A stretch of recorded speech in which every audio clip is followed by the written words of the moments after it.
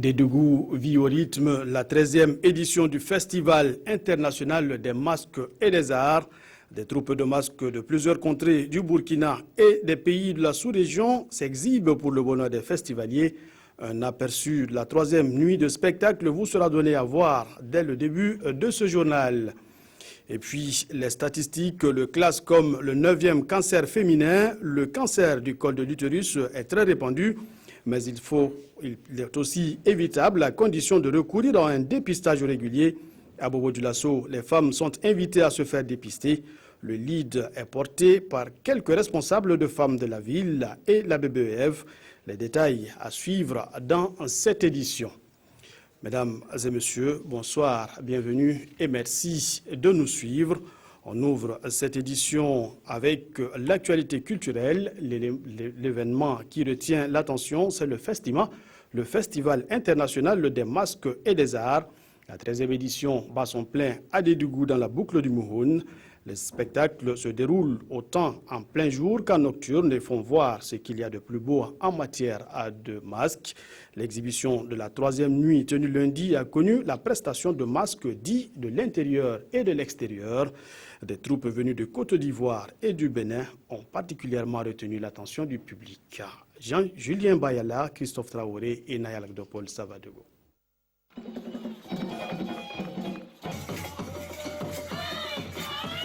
Ce sont tous des masques de réjouissance qui ont montré à la population leur savoir-faire en art du spectacle au stade régional de Dédougou. La Côte d'Ivoire avec les Zaouris et le Bénin avec les Clédés ont émerveillé le public. Le Clédé du Bénin, qui est à sa première participation au festival, a une particularité. C'est un masque créé par une femme. Cette femme est sous le toit conjugal. Elle a fait plus de 2 décennies. Elle n'a pas eu d'enfant. Son mari l'a abandonnée. Elle est partie se plaindre au dieu de la forêt. Et elle a fait 7 jours dans la forêt. Et quand ce masque-là s'est révélé à elle, avant le terme des 3 lunes, elle a conçu. Elle est repartie dans la brousse, c'est de là qu'elle a adopté le masque. Le Zaouri est la création, l'émanation des femmes. Elles ont demandé à leurs parents qu'elles n'ont pas de danse de réjouissance. Le public qui a assisté au spectacle s'est dit satisfait. Vraiment, ça a été une soirée formidable pour moi parce que les prestations m'ont beaucoup marqué. Surtout avec la prestation de la Côte d'Ivoire. Vraiment, j'ai beaucoup aimé ça. Non, c'est propre. Masque de Côte d'Ivoire, là, c'est propre. Et puis, c'est bien dansé. Il y a masque de Côte d'Ivoire, il y a Bénin, il y a Mali, tout est bon. Les spectacles se poursuivent et les différentes sociétés de masques rivalisent d'ardeur au bonheur des spectateurs. Et les enfants ont tous droit à l'éducation, faut-il le rappeler, un droit quelquefois bafoué. Heureusement, certaines structures se dévouent à la cause, à l'image de la Fondation Educo de Waïgouya, qui a organisé des journées portes ouvertes avec les responsables des circonscriptions d'éducation de base et des parents d'élèves. L'ONG en a profité pour faire le bilan de ses activités de l'année écoulée. Elle a aussi présenté son programme pour 2016. Irénée Kabodé, Moussaki. C'est un bilan d'activité de 2015 dressé par la Fondation Éducation et Coopération Educo qui fait ressortir une avancée considérable dans l'application effective du droit des tout-petits à l'éducation dans la province du Yatenga. L'ONG espagnole a injecté l'année dernière plus de 600 millions de francs CFA dans ce secteur.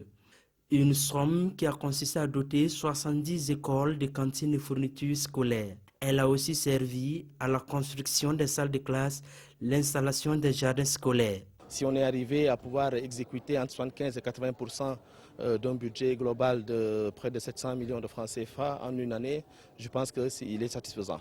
Cette journée porte ouverte fait partie également des principes aujourd'hui d'Educo qui sont des principes de transparence, de redevabilité. Elle a été donc une occasion pour les populations à destination de saluer l'action de la fondation. Les enfants sont soignés, on leur achète les fournitures, on leur donne des vivres. Si Ediko n'était pas là, il fallait vraiment l'amener. Puis l'intervention de Ediko, il y a eu beaucoup de changements. Il y a vraiment l'hygiène actuellement, il y a moins de manipulés. À ces rendez-vous, il sera aussi question d'échéances et de recommandations pour les activités de 2016 de la fondation, créée en 2003 et qui avait pour nom Bibir. Par la suite, elle devenait Intervida et c'est à la faveur d'une fusion en 2013 avec l'ONG Éducation sans frontières qu'elle devient Ediko. Santé à présent, le cancer du col de l'utérus prend de l'ampleur au Burkina Faso. Des milliers de cas sont diagnostiqués chaque année. La sonnette d'alarme est tirée et le seul moyen de prévention reste le dépistage. À Bobo Dioulasso, une campagne est organisée au profit des femmes. Elle se déroule dans le cadre de la célébration de la prochaine journée internationale de la femme. Bitibie Naon et Sanouhan Christine Koulibaly. Selon un constat fait sur le terrain par les acteurs en charge de la santé, plusieurs femmes sont atteintes de cancer du col de l'utérus. Cette maladie qui prend de l'ampleur au fil des ans est encore méconnue par beaucoup de femmes. C'est une maladie sexuellement transmissible et ça évolue et se termine en cancer du col de l'utérus. Raison pour laquelle il faut faire le dépistage et s'il y a des lésions précancéreuses, qu'on puisse les nettoyer à temps avant que ça n'avance en cancer. C'est dans ce sens que les responsables des femmes de l'arrondissement 6 en collaboration avec la BBF tiennent cette campagne de dépistage, une campagne qui vise à mieux prévenir cette maladie. Quand les femmes seront dépistées et qu'on trouvera qu'il y a d'autres qui ont vraiment des petits problèmes, elles seront envoyées dans des centres de santé pour être prises en charge.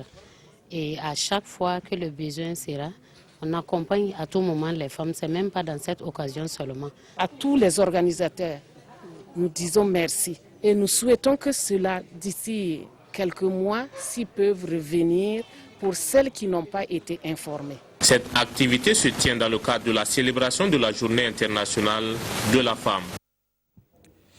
Vous l'aurez rectifié, c'était plutôt un reportage de Ali Traoré à Bobo Dioulasso. La maladie à virus Ebola, elle se tient loin de nos frontières, mais il faut maintenir la vigilance pour prévenir sa propagation.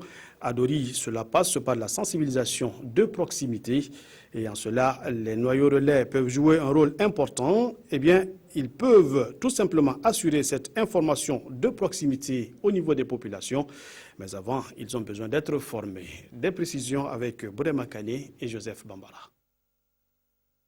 Sensibiliser les populations de la région du Sahel à adopter certains comportements afin de prévenir la maladie à virus Ebola. C'est autour de ce axe que s'est déroulé cet atelier. Organisé par la direction de la RTB2 Sahel, cette formation a réuni une trentaine de participants. Elle se tient en prélude au lancement de la réalisation d'une série de jeux radiophoniques relatifs à la question de la maladie à virus Ebola. Comment échanger autour de ces questions afin que ces gens soient vraiment outillés pour être vraiment ceux qui vont porter le message et discuter afin qu'on puisse vraiment travailler à un changement de comportement. Pour ceux qui s'interrogeraient sur l'utilité d'une telle formation, l'un des communicateurs rassure. Elle n'est pas dépassée. Elle n'est pas dépassée parce que on ne peut jamais dire être à 100% sûr qu'on en a fini avec Ebola. Ce sont des participants outillés qui ressortent de ce rendez-vous. Il y a une police d'hygiène qui est installée depuis 2013 à Dori. Et je crois que si elle collaborait très bien avec la police municipale, on ferait un très bon travail parce qu'on va éviter, comme l'a dit le présentateur, 50% de nos maladies. Rappelons que la maladie à virus Ebola, qui a été au cœur de cet atelier, a fait au moins 11 315 morts dans des pays comme la Guinée, la Sierra Leone et le Libéria. Un agriculteur qui donne une partie de ses récoltes pour nourrir des personnes qui sont dans le besoin, cela se voit rarement. C'est pourtant ce qu'a décidé de faire un entrepreneur agricole des Hauts-Bassins. Ce bon pas samaritain a tout simplement décidé d'offrir 20 tonnes de céréales issues de sa production à des personnes handicapées de la ville de Bobo Dioulasso. Hassan Gourabou, Sanouhan Christine Koulibaly. La terre ne ment pas, a-t-on l'habitude de dire, et cet homme ne dira pas le contraire. Ces sacs de céréales ne sont qu'une partie de sa production pour le compte de la campagne agricole 2013-2014. Une partie de son stock qu'il a décidé d'offrir aux personnes handicapées de la commune de Bobo-Dioulasso.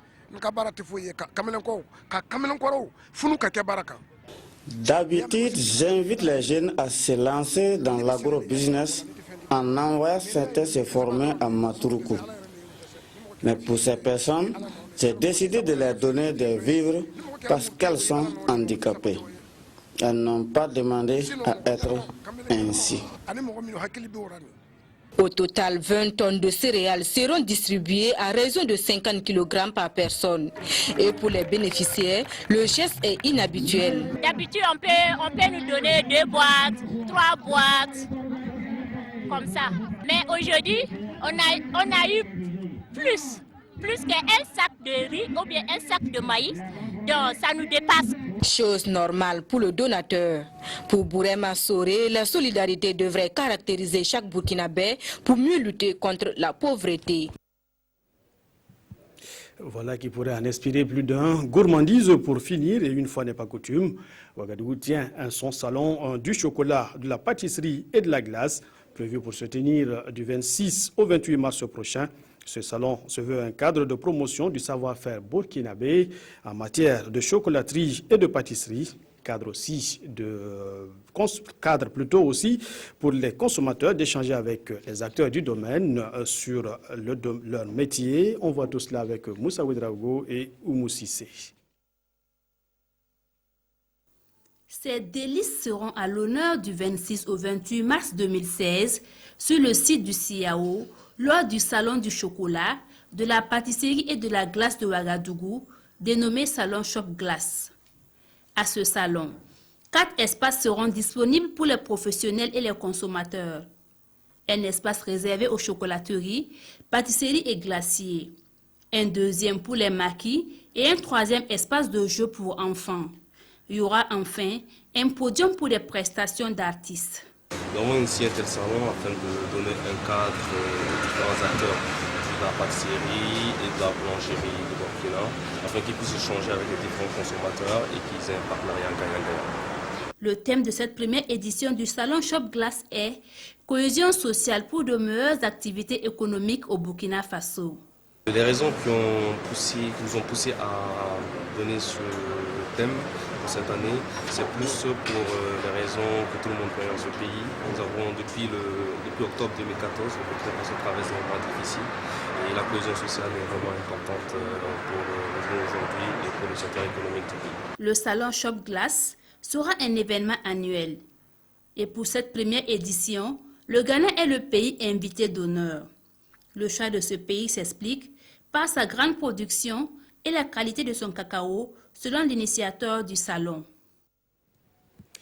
Voilà, c'est tout pour ce soir. Merci pour la fidélité. L'information revient à 20h avec Simon Gongo.